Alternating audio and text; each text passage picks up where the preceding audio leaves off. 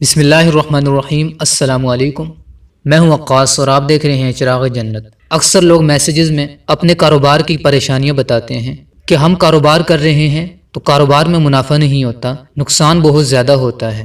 تو کاروبار کے بارے میں آپ کو کچھ باتیں بتا رہا ہوں، یہ باتیں آپ کے کاروبار کے لیے بہت زیادہ مفید ہو سکتی ہیں۔ کاروبار میں برکت کے لیے، نفع کے لیے سب سے پہلی بات یہ ہے کہ آپ اپنی دکان کے اندر یا اپنے کام کی طرف جاتے ہوئے اللہ کا ذکر بہت زیادہ کریں، اور اللہ تعالیٰ کے ذکر کے ساتھ ساتھ روزانہ مغرب کی نماز کے بعد سورہ واقعہ کی تلاوت ضرور کیا کریں۔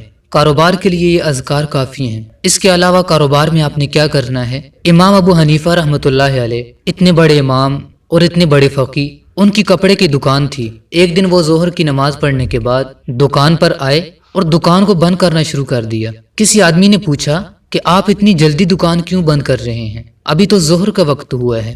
تو امام ابو حنیفہ رحمۃ اللہ علیہ نے اس آدمی کو جواب دیا کہ میں دکان اس وجہ سے بند کر رہا ہوں کہ اس وقت آسمان پر بادل ہیں، تو بادلوں کی وجہ سے میں دکان بند کر رہا ہوں۔ تو اس آدمی نے پھر پوچھا کہ بادلوں کا آپ کی دکان کے ساتھ کیا تعلق ہے؟ تو امام ابو حنیفہ رحمۃ اللہ علیہ نے اس کو ایک بہترین جواب دیا جو ہمارے لیے ایک بہترین مثال ہے۔ فرمانے لگے کہ بادل آنے کے بعد سورج کی روشنی کافی کم ہو جاتی ہے۔ آپ کو پتہ ہے کہ اس دور میں الیکٹریسٹی نہیں ہوتی تھی، تو دکان کے اندر کوئی بلب نہیں ہوتا تھا۔ فرمایا کہ بادلوں کی وجہ سے سورج کی روشنی کم ہو جاتی ہے، اور روشنی کم ہونے کی وجہ سے کپڑوں کی پہچان صحیح طرح نہیں ہوتی۔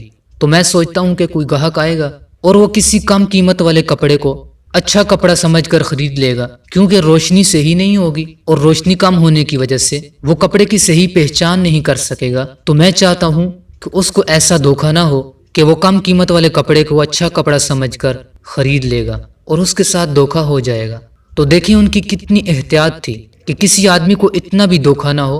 حالانکہ رقم تو انہوں نے کپڑے کے مطابق لینی تھی، لیکن یہ سوچا کہ گاہک کو کوالٹی کا صحیح پتہ نہیں چلے گا، تو اس لیے دکان بند کر دی تاکہ کسی کے ساتھ اتنا دھوکہ بھی نہ ہو۔ تو اگر آپ بھی کاروبار میں برکت چاہتے ہیں تو کاروبار کے اندر ہر قسم کے فراڈ سے بچیں، جھوٹ سے بچیں۔ جھوٹ بولنے کے ساتھ کاروبار نہیں ہوتے۔ جس کاروبار کے اندر جھوٹ شامل ہو وہ کاروبار کچھ دن کے لیے ہوتا ہے، اس کے اندر برکت اٹھ جاتی ہے۔ آپ نے کئی لوگ دیکھے ہوں گے جن کا کاروبار نسلوں تک چلتا ہے۔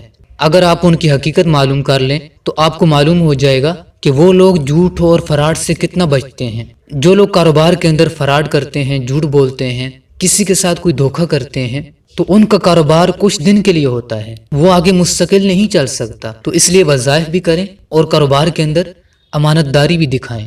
انشاءاللہ کاروبار کے اندر آپ کو برکتیں حاصل ہوں گی۔ اس ویڈیو کو دوسروں کے ساتھ شیئر کریں، اور مزید ویڈیوز کے لیے ہمارے چینل چراغ جنت کو سبسکرائب کر لیں۔ السلام علیکم۔